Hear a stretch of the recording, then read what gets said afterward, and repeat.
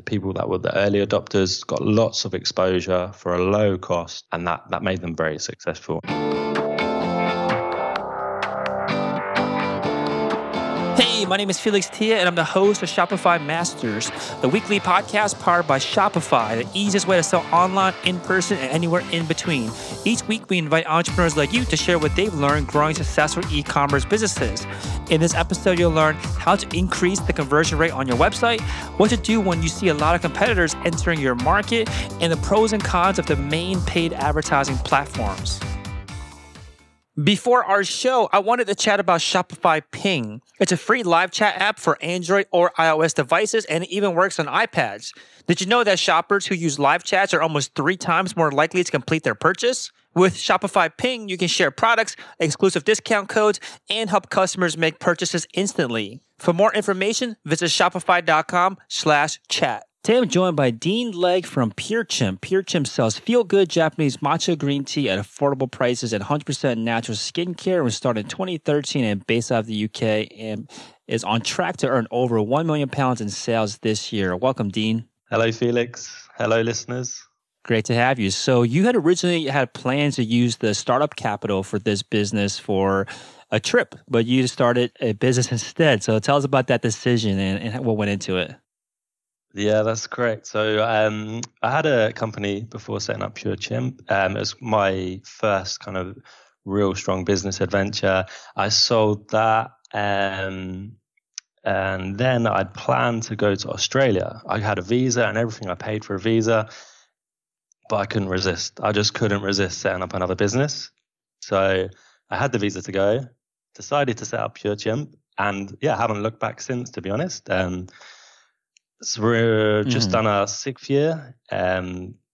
Been some real hard work initially, but it's paid off. And I would say I don't get time to think about it, but I'm proud of where we are now and what we're doing. So you had originally had plans to be able to go remote with your business. You know, like originally you wanted to go Australia. It didn't happen, but now you've been in a position where you can travel with your business and work from anywhere. So tell us about how you're able to set that up. Yeah, sure. So that's quite a recent development. I've been in Sweden. I've been there for 1 month, and getting there, really the biggest thing was employing our first full-time member. That's really helped to sort of clear up my time for other things and enable me to work remotely. I found a guy, he was awesome. I was like, I've got to sort of offer him something attractive to keep him on board, and managed to do that. And then since then, the business has just gone from strength to strength. And it's also enabled me to work remotely if I would like to. So that's been a real plus point. And it's sort of taken 5 years to get there. But it's been worth it, 100% worth it. Like, I guess just carry on putting the effort in, moving forward, and eventually you'll get to where you want to get, where you want to be. And I'm lucky to be in the position I'm in now to do that. Yeah, it's certainly harder to step away from your business and not have your eyes on it all the time if you're the only person working on it. So definitely want to talk about scaling up and hiring your first employees and other employees since then in a second. Before we get there, let's talk about the idea behind the business. Where did that come from? Yeah, sure. So I've always been a health conscious person. And that really started from when I was 15. I had really bad acne, and I kind of turned to looking after my body, exercising, etc., to kind of try and keep on top of my skin. And it helped me a lot. And it also helped to keep my mind and everything fresh, which was another plus point. So you are always focused on health, and where did you, I guess, how did you decide on, matcha green tea and skincare, like specifically around like natural skincare? Like what made you gravitate towards that? Were these products that you were already using, or like how did you discover this particular niche or category that you wanted to focus on? Yeah, so with the matcha green tea, I was actually at work working for a business, and we were on a training course, and the guy came in, and his job, he was kind of to energize teams, get people with healthy lifestyles, etc. So in turn, they wouldn't take time off sick, their productivity would be good. And he actually recommended matcha. And that was the first time I ever came across it. I'd already been a green tea fan. So I managed to get hold of some matcha, find a supplier, and we started to sell it. And I was like, okay, this is going well. And it kind of just grew from strength to strength there. We just continually were looking for improvements and way we could do things better, listening to customer feedback. And that's helped to get to where we are now. Like initially, the matcha was from China. The quality was not as good. It was very cheap. Now we're paying 3 times as much for the product, but the product is miles better for a customer. The quality, the tests involved are a bit stronger. We just have a great relationship with our supplier as well. So that was a big positive change. Mm-hmm. And that made a huge difference. So sometimes it's not all about getting the cheapest product possible. You know, you have to also think about quality and where that product comes from. So it's mm-hmm. That made a huge difference to us. Definitely. So you mentioned that you had sold your first business. What was that business? Yeah, so that was it kind of makes me laugh when I look back, but it was all steps to get where we are now. So that was a skincare business, and you know those the laminate you used to put on your books when you were at school. Yeah. So essentially, we had this skincare product that was homemade in my mum and dad's kitchen, and then the labels were not waterproof, so I used to laminate them. And also print the labels off an inkjet printer. And then I went to a market in Cambridge and tried to sell it to the public there. I think a lot of old ladies used to buy it from me just out of pity, some very kind old ladies. But that was a big learning step for where I am now. What exactly was the product that you were selling? So that was a natural skincare product that was made at my mum and dad's home. So it was all so still homemade. skincare. Yeah. And I was self-taught myself with the skincare, just read books and just went for it. I kind of just took the step, and that was the small initial first step to get to where we are now. And then we started to sell it online as well, on eBay, originally on WordPress, and this was just all building up my knowledge. So that's what you've got to do. You just got to put yourself out there, keep learning, listen to podcasts, read books, just do it basically. And it's all developing yourself and your business really, and maybe not this business, but future businesses. And then that eventually led us to Shopify, and Shopify was amazing. And I know it's a Shopify podcast, but I would 100% recommend to anyone that set up an online business to just go for Shopify, because it takes away a lot of the stress for yourself of like, do I need to set up an SSL certificate for security payments, worrying about like the hosting, like all these, the updates, all these kind of things. You don't really want to be worrying about that. You want to let someone like Shopify, a trusted, successful business, deal with that for you. I haven't been paid to say this or anything. That's generally my point of view. Yeah, I think one of the big lessons that you're talking about here is just getting started, and that's the way that you learn the most, is just by getting started and then figuring out what you need to, what your gaps are, what you need to learn, what you're slipping up on, and start problem solving from there. So, what were some of the lessons that you learned from that first business that you made sure to apply when starting PureChimp? Good question. There were many things, but I think the biggest thing is to every day improve yourself, and try to improve your business. And just to kind of realize that it takes time as well. Like that took a while to get some sales and get to where it was. And then I could kind of apply that to this business. It's taken time. It took 3 years for me to sort of get a full-time wage from it. If I was to set up a business now from scratch, an online business, I would say get the foundations in place first. So get a good website, get a good product, focus on one product first, have a hero product, have that product where you can put all of your advertising, etc., into that one product. And then you can grow from around that in the future. That's fine. That would be where I would start. And I would also say, just understand you're not going to build a website and then get loads of people coming to your website and make loads of sales straight away. That's not how it works. It's a process. There's a growth for it. It takes a lot of commitment, a lot of dedication. So focus and get on the website built, get a great product, and then make it trustworthy, get reviews, maybe give some products to bloggers, ask for them to review it, etc.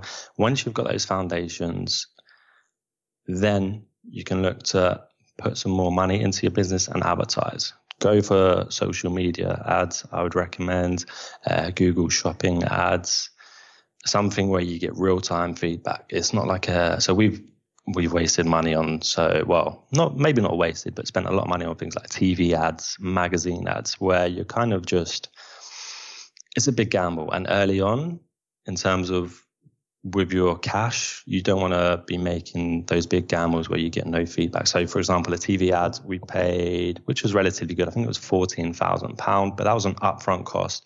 That's just kind of a roll of dice. Is it going to give us any return or not? Who knows? And that's just a big upfront cost. It's the same for magazine ads, but with social media ads and Google ads, in particular Google shopping ads, as entrepreneurs, online entrepreneurs, we're very lucky where we can maybe test a £50 budget on an ad and see how it performs. And if it's performing great, awesome, we can put more money into that and let it work its magic.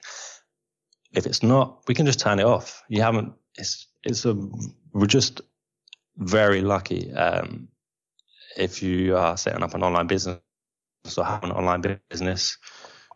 Yeah, it's great times, to be honest, and a lot of good opportunities. Got it. So you mentioned earlier that you want to focus on improving yourself and your business. And when you say that, you don't mean like you do mean like small tweaks and small improvements, right? Not like huge jumps that you need to try to achieve every single day. Is that what you're getting at, or are you talking about like? Can you give us some examples of improvements that you have accomplished on a day-to-day basis, to give people an idea of like the scale of improvements you're talking about on a day-to-day basis for you or your business? Yeah, sure. So I guess a good example of this is I have a weekly to-do list that's just like a chart, and I tick it off every week. And these are just all small steps that help to improve the business, grow the business, and get us to where we want to be. So, for example, that could be checking the Google ads every day for the keywords, taking out, adding sort of negative keywords. Sorry, that's just one example. Responding to all customer social media comments. That's a daily task. That's on my weekly chart. There's so many things. I'm just trying to think off the top of my head, other things that we've got on there. And when you say like you want to improve the business, these are like things, these are like processes that you set up that you are committing to every single week. And by just going through, executing on those processes, at the end of the day, end of the week, that will move the needle at least a little bit for your business. Yes, exactly. Yeah. And then within that, I'm also sort of listening to podcasts when I get the time, reading books. And when I'm doing that, I'm normally getting new ideas like to try for the business as well. Outside of my kind of, I guess you could say it's a bit regimented, like the regime where I've got these weekly tasks that have to be done. They're tasks that taking small steps to where we need to go. And then outside of that, I'm always coming up with ideas for new things to try, etc. And those ideas normally come from learning from other entrepreneurs, speaking to people, talking to your customers, all of these things. And yeah, we've always been a company that will try things. Some things will work. 90% of the time, they probably won't work. But that 10% of the time that it works, that really helps to move the company forward. Right. Yeah, it's definitely a game of of being able to survive enough failures before you land on the one that does work. And speaking of trying over and over again, you mentioned that it took you 3 years to get a living wage, and you mentioned to us that you were surviving off of around 300 to 600 pounds a month for the first 3 years before you're able to earn a good wage from the business. So most people that I hear that will give up will likely give up much sooner than 3 years. So you went 3 years without seeing, not necessarily, you didn't see a light in the tunnel, but you didn't see like the returns immediately for 3 whole years. So what advice you have for people out there that are in the struggle right now? Maybe they're just in the first month, or maybe they're in the second 2.5 years into it, and they haven't been able to get things rolling. They aren't seeing the returns that they're hoping for. What do you recommend they look at to decide, hey, should I give up or should I keep on going? Yeah, that's a good question, a tricky one, because I guess it varies from person to person. But take a step back and think, what can I do to get this business to where I want to be? Try these things. Try all these different options and see if it helps to get you to where you are. If I was in quite a luxurious position because I was still living at home, so I could afford to live off a very low wage at the time. So if you're in the same position, then great. You have that luxury. You're in a very luxurious position. Not luxurious, sorry. A good position where you can try all these things and keep going until you find something that works for you. It's probably going to be finding that advertising that works for you a lot of the time. Mm-hmm. So you recommend that people try to exhaust every single thing they can think of before giving up, or is there a sign that you can look at to say, okay, I am on track, or okay, I'm way off of base and maybe I need to go back and revisit the fundamentals? Is there a product market fit? How do you what signs are you looking at to say, let me keep at this? Not so much how do you succeed, but what are you looking at to say, okay, I should still stay in this game, I should still stay on this path? What gave you faith that you should keep on going at it? I don't know. To be honest, I've never actually sort of stepped back and thought about that. I've kind of just been in the business and just kind of working hard to make it happen. And then over time, eventually it did, just continuing to develop myself as a person, develop and improve the business. And it kind of just happened. So for someone else who's in that situation, I think if you're in two minds, maybe talk to people, talk to friends, talk to family, talk to other business people. Actually, other people with an online business could be a great option, to be honest, because they might have some golden nuggets for you to sort of information to take away and use. Or they might also say, you know what, I think you've given it a great shot, but maybe it's just not the right product. You're perfect, you can make another business work, but maybe it's not the right product. Or they might say to you, you know what, this is fantastic, there's definitely a market for this, but you just need to keep improving things. Maybe your branding's not on point, or maybe the advertising channels that you're using are not on point. Mm-hmm. Yeah, I think the big lesson is you don't have to struggle in silence. You can seek the advice. I think the best advice really is to find other entrepreneurs that ideally are further along in the path than you, or have seen more of, or have more kind of war stories to tell, and they can actually see where you are, and they can see if they see a path for you. I think that's an important point, is just to seek the advice of people that are further along than you. I think that's a good piece of advice. So you mentioned in the early days when you tried to get things rolling, you tried all the free options, like posting on social media, talking in forums, talking to friends and family, and you mentioned that you soon realized that you really need to pay to get new customers. Tell us about that. What led you to realize that you have to basically pay to play? Yeah, I think a big kind of aha moment with that was on Instagram and on Facebook. We used to get quite a lot of organic exposure, and I noticed Facebook kind of sort of changing their strategy, asking, are you a business? Same on Instagram. And as soon as they kind of know that, they want to pay for you to get that exposure, which is fair enough. They're monetizing their platform. In the early days, it wasn't monetized. There wasn't really ads on Facebook and Instagram, but that changed. And with that, because everyday people that don't have a business on Instagram and Facebook, they're not going to pay to get exposure. And Facebook and Instagram were aware of that. And I noticed they were kind of gathering that information, and our organic exposure was going down as a business. So I kind of realized, okay, these platforms they're excellent, like in terms of for a business and to get eyes on your business. Like this is kind of the modern way. It was a bit organic, and now this is turning into, okay, to get those eyes, you have to pay for it, which is perfectly fair enough from Facebook and Instagram. They're a business. They need to monetize their product. That's fine. And we kind of went with them on that. Let's talk about different platforms that you use. So you mentioned to us Facebook ads, Instagram ads, Amazon ads, affiliate marketing, Google Shopping ads. Let's talk about Facebook ads first. Tell us about the strategy on there. What recommendations do you have for anyone out there that is getting started for the first time with Facebook ads for their online store? Yeah, sure. With Facebook ads, I would say, okay, find a target market for your product. That's very important, and that's quite easy to do on Facebook. How do you do that? So you can. So how we do that? We do it on interests.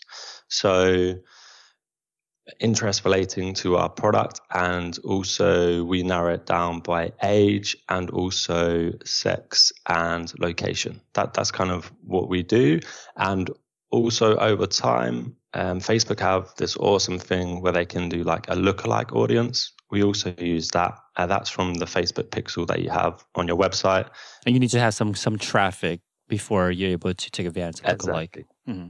And out of those I guess those vectors of the location, the interest, the gender, the age, which one of those is the most important to get right that will narrow in on your actual customers the most? Yeah, for us, it's been interest, definitely interest.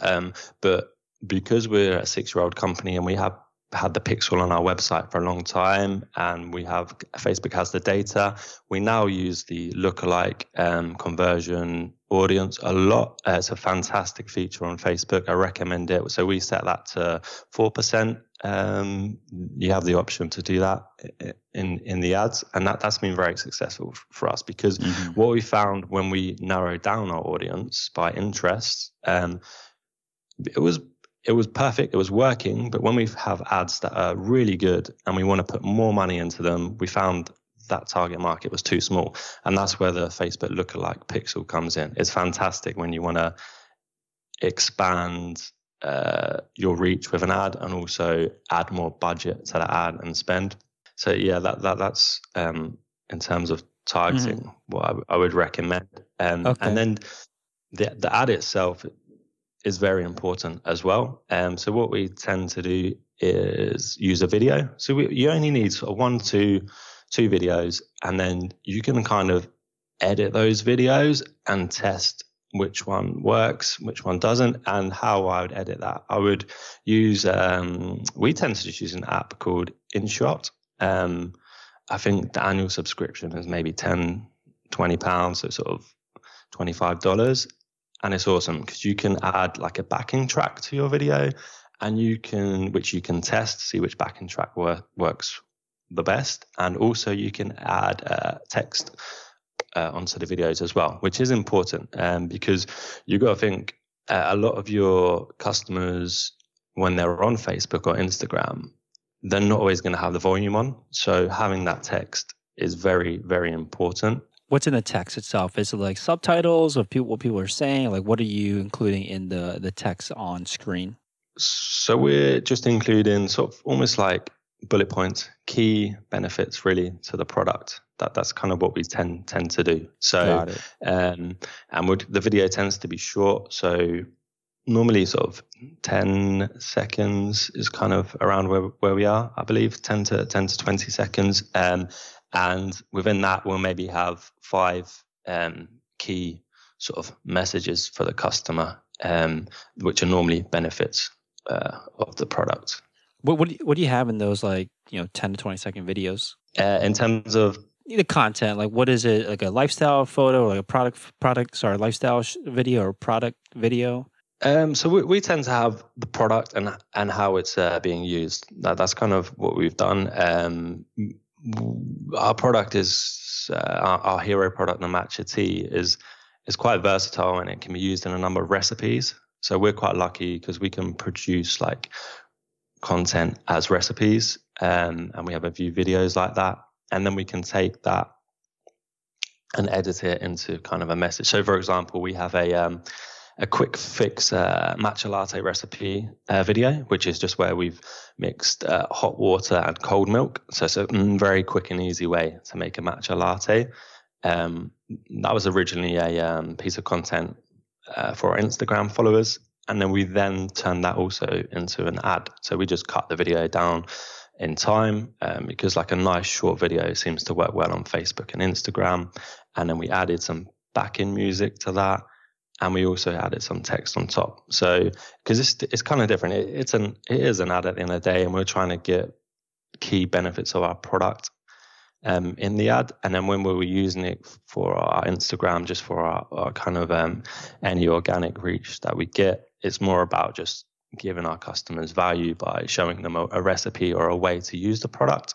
So it's kind of a different approach. But it's great. So you have that content, you can use it in many ways. We're so lucky that we can very cheaply, once you have that video, you can cut it to 10 seconds, 20 seconds. You can use the end part, the beginning, you can add the backing music, you can add different text.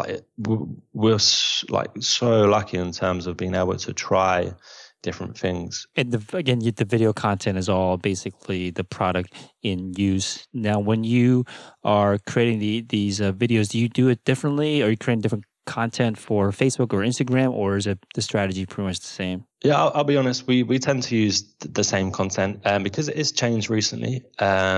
Before, I would have said you probably have to use different aspect ratios for your ads, and potentially different content. But now I'd imagine 90% of your customers are probably going to, possibly even more, are going to be using their mobile phone when they're browsing social media. 5 years ago, maybe people would browse Facebook on their laptop or desktop. Right. But because everyone's on their mobile phone, having the square dimensions works on Facebook, also works on Instagram. What's the call to action in the ad? We tend to have a learn more button as the kind of right. And then a shop now button for our retargeting. And that usually goes to the product page, or where does it go? Yeah, exactly. Yeah, we take it to our hero product, which is our regular flavor matcha green tea, because that's our best selling product. It's also where we've got all of our reviews from our customers. Well, the most of our reviews. So that's what we tend to do. And we normally sort of say to people linking into the button, we use the slogan sort of make the switch today. So that'll be sort of switching to matcha tea from coffee. We don't sort of say to customers, look, you have to stop having coffee or stop having energy drinks, but just kind of make the switch for one coffee a day for a matcha, or one energy drink a day for a matcha tea, and just see how you make you feel. How did you know that was the talking point? How did you know that should be the messaging of try something new or try switching it up to? How did you know that was going to be the messaging that would resonate with people? One of the reasons was we did do some market research. We did a campaign on SurveyMonkey, and we asked customers, why do you drink? Why do you drink PureChimp matcha tea? Why do you buy from us? And then one of the big reasons was They wanted to make the switch from coffee because too much coffee made them anxious. A lot of people also, quite common, actually another common one was they wanted to improve their health. So that was another kind of thing that we would say would improve your health, because like matcha green tea is full of antioxidants that are like very beneficial to the body. So yeah, we kind of took the information from our customer. We asked our customers, and yeah, that really helped with our campaigns, because we kind of gave us a better idea for why people were trusting our business and trusting our product. And yeah, that can really then help Makes sense. To resonate with people in your ads. Hey, real quick, if you're enjoying the show, please leave us a review on iTunes and let us know what you think or what you'd like to hear more of. Now, let's get back to the interview. Now, I want to talk about Amazon ads, because I don't think that too many people out there have utilized Amazon ads. Tell us more about that. Like, how do Amazon ads work? Yeah, so that's evolving every day. But essentially, you're paying for the well, not always, but normally to get to the top of the search results on Amazon. So there's a variety of ways. One of them would be when a customer's searching, for example, for matcha tea. Our product would appear in the ad at the top, and we would be paying for that exposure. Another one is they have banner ads. So when people are maybe on a product for, let's say, yoga mats, you might also have a banner ad advertising our matcha tea. That's been very successful for us. I think a big reason is Amazon. When people are on Amazon, they're kind of in that shopping mode, I guess, which is a big thing. And it's a platform that, they do a great job at Amazon, to be fair. They make it very quick and convenient for people to check out. So that helps to get a high conversion rate. And it's also a big thing, I would say. And this is a good lesson for any sort of opportunities or things you see that pop up in the future.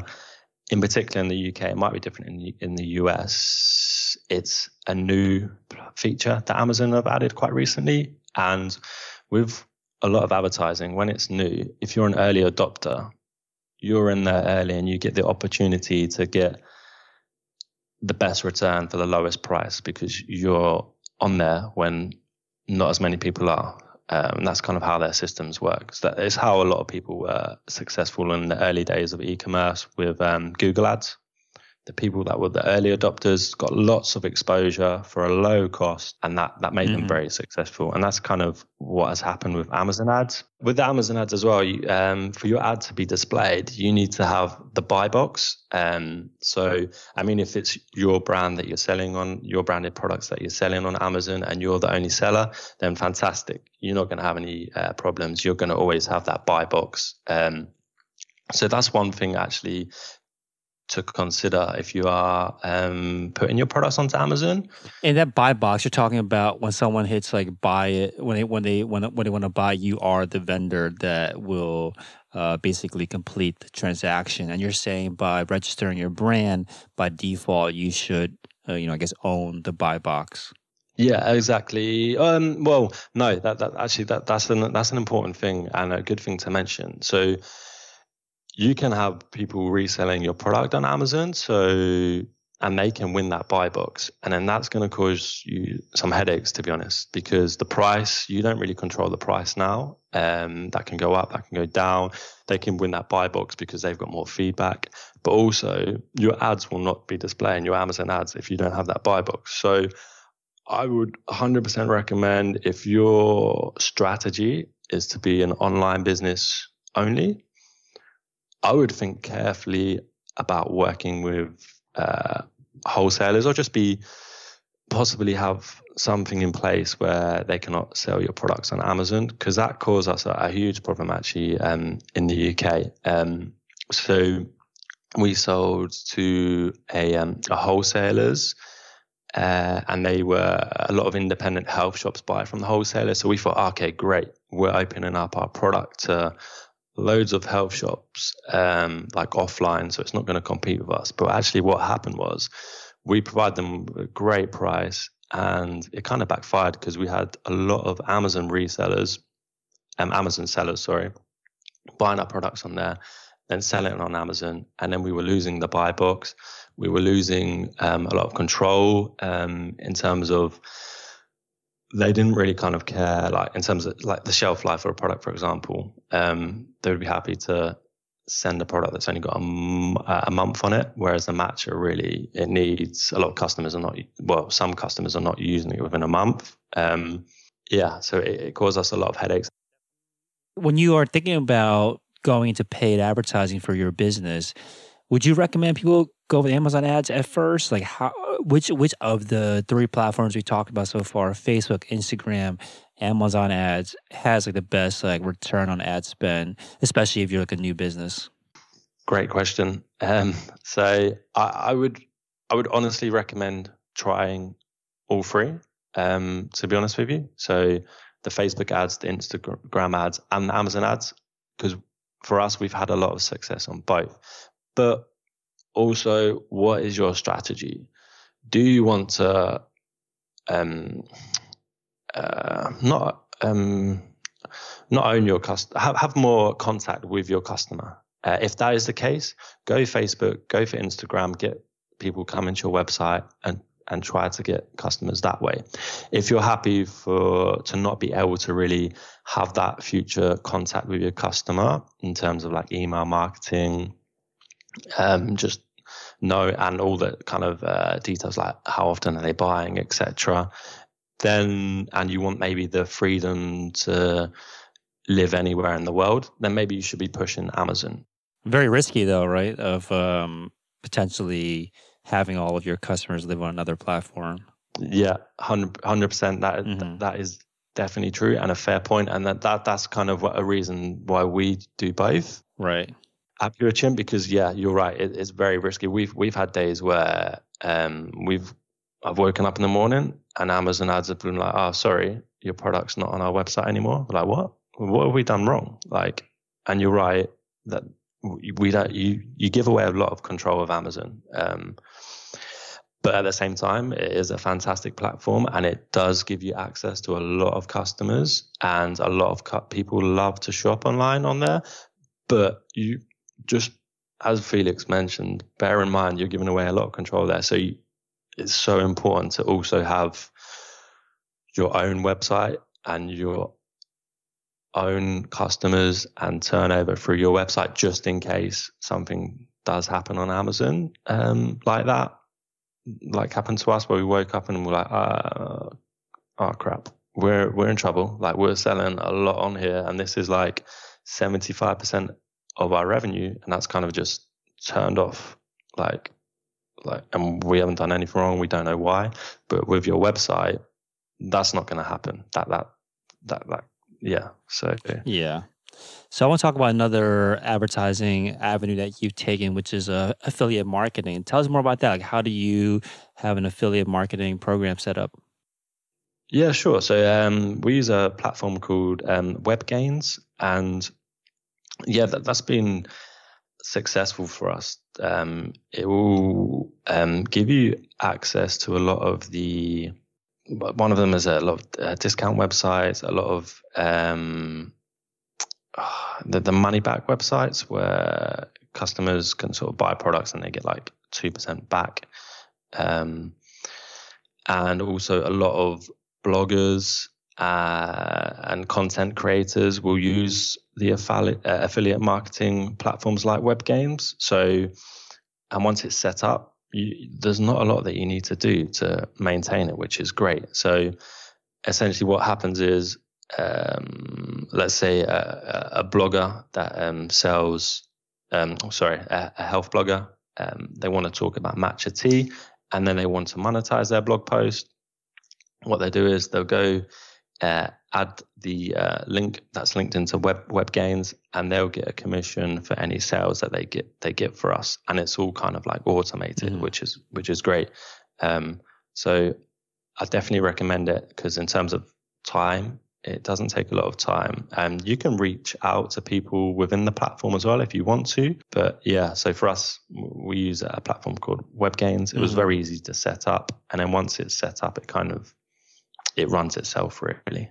Got it. So you don't have to go and create your own affiliate program and hunt down affiliates. You just sign up for webgains.com and you can access a bunch of different publishers and bloggers that are happy to hopefully pick up your product and review it or promote it. And the website takes care of all of that. So I want to talk a little bit about your website. So I think one thing you shared with us is that your conversion rate is I think at 5%, which is above average. So tell us more about that. Like, what do you think has helped you improve your conversion rate to a conversion rate of 5%? I should just say, is that 6% now? Wow, so definitely above average then. So yeah, tell us more about your secrets. So I guess a big thing is having trust from the customer. So I think we've tried to avoid being spammy, I guess, with like lots and lots of different pop-ups, etc. And also we have quite a big social following, which makes us trustworthy. We have a reviews platform called Trustpilot. I'm not too sure if it's big in America, but in the UK it's huge. As a brand, it's quite powerful and it's very expensive, but that's helped to get the trust from the customer. Because realistically, when someone comes to your website and they've probably never heard of the website before, lots of people have never heard of our website before because we're not a huge multinational brand. One of the big things why they won't buy from you is because they don't trust you yet. So you've got to earn that trust, and you've got to try and show with your website that, look, you can trust us. Like, if you part your money with us, you can rely on us to give you a good product, or if you're not happy, we will look after you. So yeah, we have a lot of feedback, which helps with that. We have a big social following. We also have a taste guarantee. So if you have a guarantee, try and relate it to your product. So because ours is matcha tea and relate it to your customer as well. One of the big kind of triggers for a customer to not buy our product is I don't know if I'm going to like the taste. Like, I'm not tried the matcha green tea. I'm not too sure if I'm a big fan. I don't want to buy the tea and then it'd be a waste of money. So we have a taste guarantee to take that sort of fear away.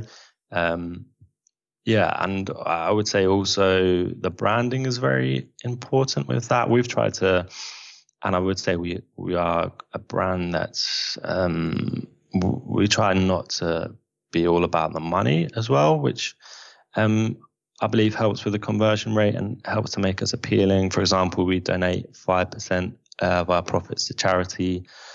We're a member of 1% for the planet.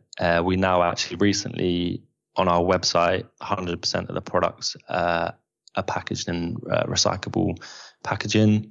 And also we're a member of the Living Wage Foundation, which just basically is an independent charity that they decide what the hourly rate someone would need to live a comfortable life. And we always make sure we're at least paying that.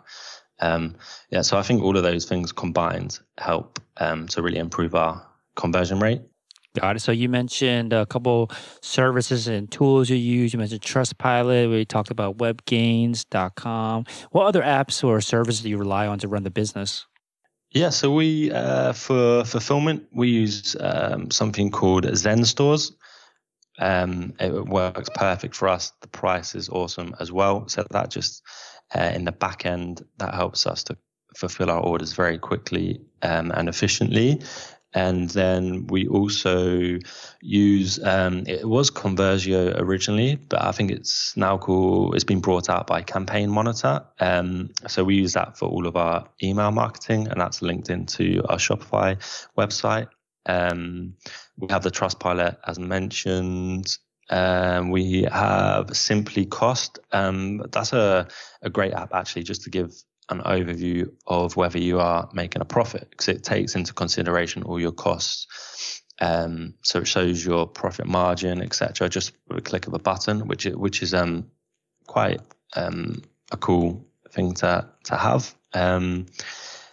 And also orderly emails we use, so that just the Shopify notifications it basically makes them beautiful. Like, it's an easy drag and drop template, and it makes all of your Shopify notifications look awesome, and it's just a one-off payment. So that's a really cool app that we use. Yeah, that's kind of what we're using at the moment. In the early days, we tried everything.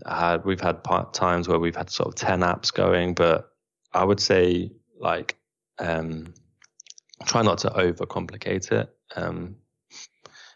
because it can, if you have many apps running like that are also loading in the front end, that's just going to slow things down for your customers. So the apps are great, and you definitely need some, but yeah, just pick and choose wisely. Yeah. Awesome. So PureChimp.com is a website. I'll leave this last question. One thing that I've started to see recently is a saturation of matcha tea companies or brands coming into the market. What do you think that your plans are moving to the future to try to stand out? What advice do you have for people that are in a space that has saturation, how to stand out? Yeah, great question. So we're continuing to make sure we're doing other things that are not just related to the company making a profit. So recyclable packaging, 5% of profits to charity. So we have more of a meaning, and kind of develop a brand that people will love to be associated with. And also, because it is very competitive as well, we've diversified away from the matcha as well. The matcha is still our core focus and our hero product, but we started to diversify as well. So we have some natural skincare.